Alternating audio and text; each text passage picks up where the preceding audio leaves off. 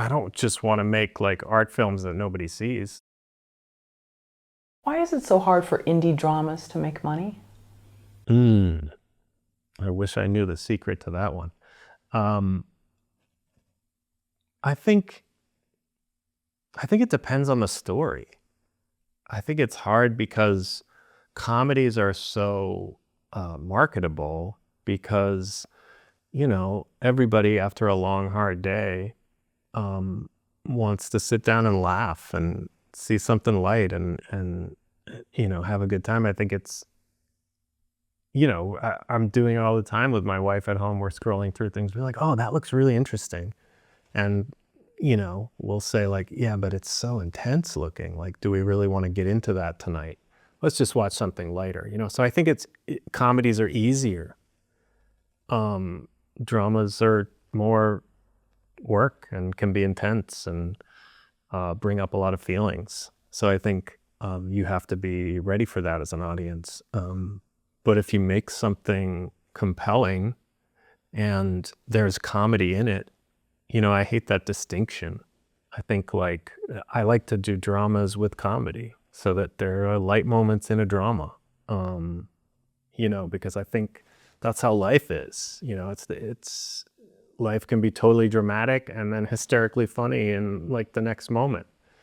So those are the movies that I love, and those are the movies that I try to make. Can you talk about the obstacles you faced trying to sell two independent feature dramas? Um, where do I begin? Yeah, it's really hard. I mean, just to get a distribution deal, for sure, having recognizable actors is a help, but it has to all be there. It has to be a compelling story. It has to look good. It's to be shot well, to be written well.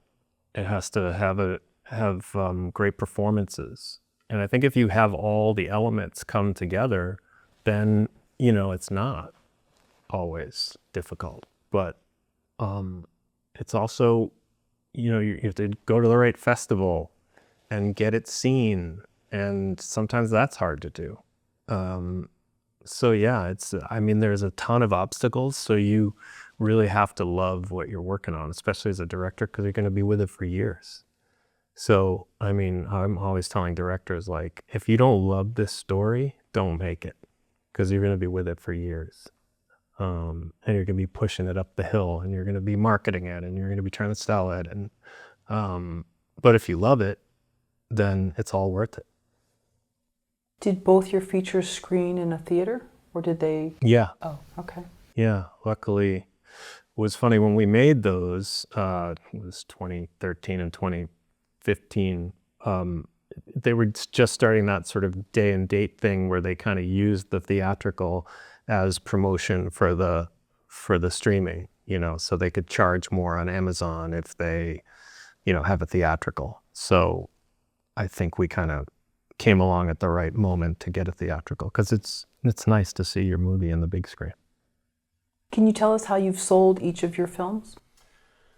Yeah, through festival screenings. The first one, Fairhaven, was at Tribeca, and we got a really good slot. I think having Chris Messina and Sarah Paulson and Rich Sommer and Alexi Gilmore and people like that in the cast really helped us get a sort of prime screening spot. And so then you get a lot of buyers that come in, and then you go down the list, and a lot of people pass, and some people are interested, and you take meetings with those distributors, and you narrow it down. And I was lucky enough to sell 2 features, which is a win in and of itself.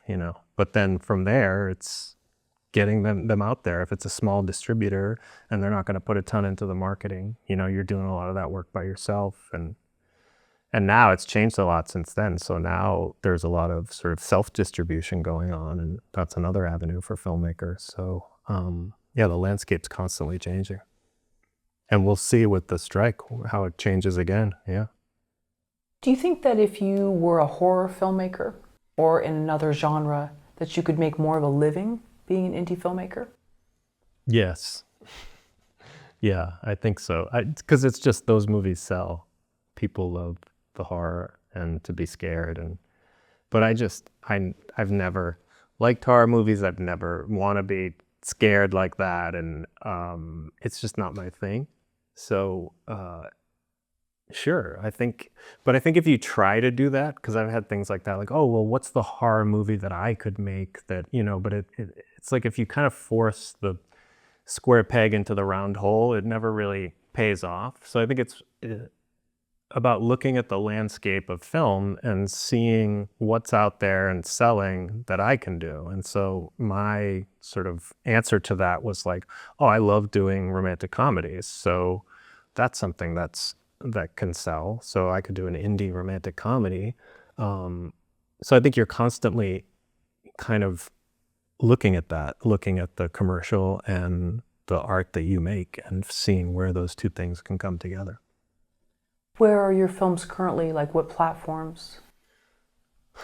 That's a good question. I mean, they're all over the place. I think Amazon, my second feature was on Netflix for a long time, but that's no longer on there now. What are all I should have that answer right on the tip of my tongue, but it's on all the major platforms. Was it on Tubi at any point? Yes. Oh, great. I think it still is on Tubi. Oh, both okay. of them. Yeah. Wonderful. Yeah. Will you continue to make dramas?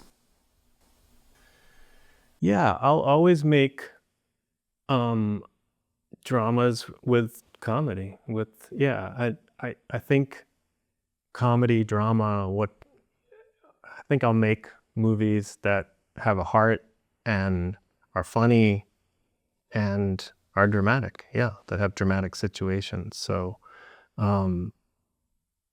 yeah, those are the kind of movies I like. I mean, we talked about Kenny Lonergan, those kind of movies. But I think like his movies are hysterical. Like Manchester by the Sea had some really funny moments in it, even though it's like a real drama and dark.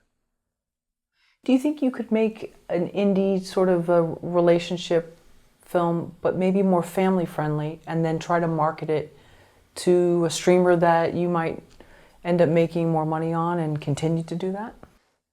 Yeah, I mean, I've gotten notes like that on this hockey script that I was talking about. People are like, well, you could do like the more Disney Mighty Ducks version of a hockey movie, and so, yeah, I think, it all comes back to what we've been talking about today of just finding that balance. Like, I don't want to do a total Disney movie, but I might be able to like make more of a PG-13 version of my hockey movie and make it more sort of marketable. So yeah, I think you're constantly trying to find ways to do that in this business.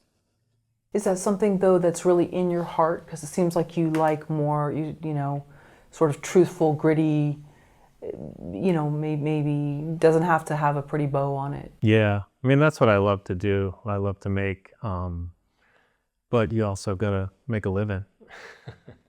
And there's nothing wrong. I mean, there's a whole, I'd gone to the Lifetime channel and I was really fascinated by some of the new spins. It had been a while. Yeah. And they're very salacious topics. Yeah.